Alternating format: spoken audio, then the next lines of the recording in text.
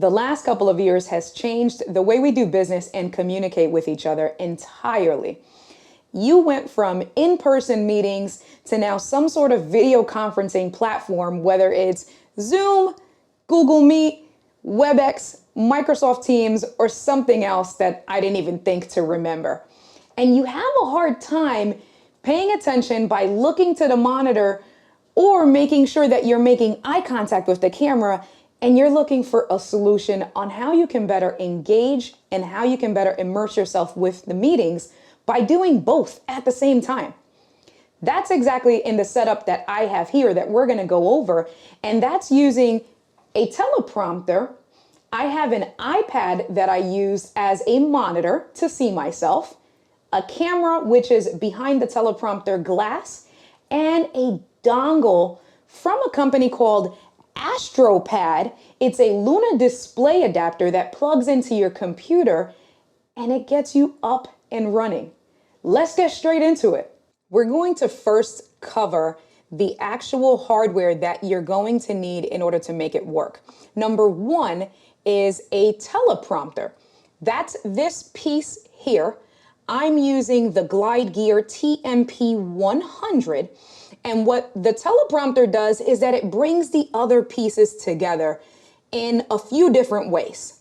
So the first thing with the teleprompter is that there is a glass here, and that glass takes your monitor, in this case, the iPad, and it flips the image so that when you're looking at the glass, you're seeing what's on the actual monitor. So step one is the teleprompter, and just to give you a background of what it'll look like here. So you can see I'm making eye contact directly with the lens, and according to my other shot over here, you can see that it's the teleprompter. So constant contact, never taking my eyes off of the lens. The second thing I already mentioned is the actual monitor, or like I said, the iPad. You can use any iPad. What's really going to matter is that depending on what teleprompter you get, that's going to dictate which iPad will fit. The next piece of gear that we're going to talk about is the actual camera. You can use a webcam, but I would recommend using a mirrorless camera or a DSLR, something that has an actual lens, for two reasons. The first reason is the quality that you're presenting out to your participants, especially if you're using this in a business environment. The webcams give so-so quality, but as you step up in game, as you step up in price, you're gonna go from good, better, best. I'm all about best. So I'm actually using a Sony a6400 camera, and the lens that I'm using is a Sigma 16mm lens. And what that does is that it brings me into focus, and then it gives that little bit of depth of field effect in the background, and it blurs the background, which really does a phenomenal job when you're doing presentations and you want to stand out to the participants. The camera mounts behind the hood of the teleprompter, and this is all a black casing, and there's a hood back here. And the reason why it's enclosed is because you don't want to let too much light in, because if you let too much light in, you won't be able to see the reflection on the glass. So you want to put the lens, the camera in the enclosure and close it up and make sure that there's no light seeping in from the back forward, because that's going to give you the best brightness on the actual glass so that you can see your monitor with no issues. The last piece of gear, and probably the least expensive, and I would say one of the most important pieces of gear to tie this all together, is this small dongle here. And this is a Luna display dongle from AstroPad. You can see it's USB-C. This is the company, AstroPad. And what this does is that this plugs into your computer. I'm using a Mac, so this has to plug directly into your Mac. It won't work if you plug it into a dock. Discussion guides are below about why it doesn't work if you plug it into a dock. So please make sure you're plugging this directly into your computer. And then what this does is that this gives you the software that you need for two things. It turns your iPad 1 into a secondary monitor so you can see yourself in the teleprompter the way I showed you guys. And then it flips the screen so that everything should be as it is so you can read like normal.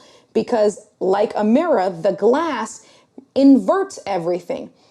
AstroPad has created software that it will take everything from the iPad and flip it for you, and you won't have any issues that you do with using a teleprompter without that software. So this is just showing what it looks like when the Luna display is not plugged into the computer. It took a few seconds for the software to kick in as soon as I plugged it into the Mac Mini. And once the computer recognizes it, this is the software that opens up. The first thing I want you to note is that depending on the placement of your monitor / teleprompter, that's where you're going to choose. In my particular setup, I have the teleprompter on the left-hand side. I do want to make sure that the Retina resolution is enabled, and you can click on custom and then it'll bring you to the Apple display settings if you want to fine-tune it some more. The other things I want you to take note of is the actual connection.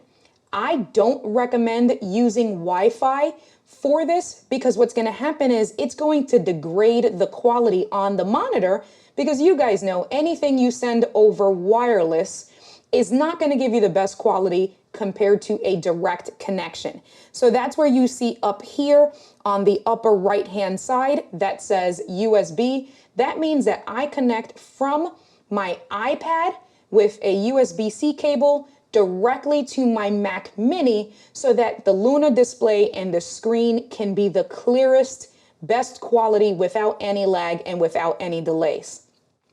The other thing that I want you to take note of is it actually tells you some information about your iPad.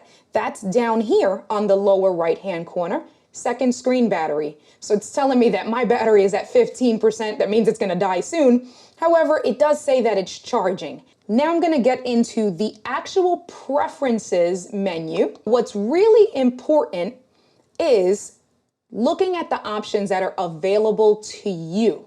I brought the teleprompter back into view because I want you to see now we're looking directly at the glass, the screen. And if I get a little bit closer, you can see what I'm talking about the words being inverted. If we look at the iPad itself, you can see that it's regular. But with the reflection, that's not readable, right? Well, this is exactly where the software comes into play from AstroPad, and it is amazing. Clicking on the link from Mac to iPad gives us the settings that we need in order to get this to work exactly the way we want it to work.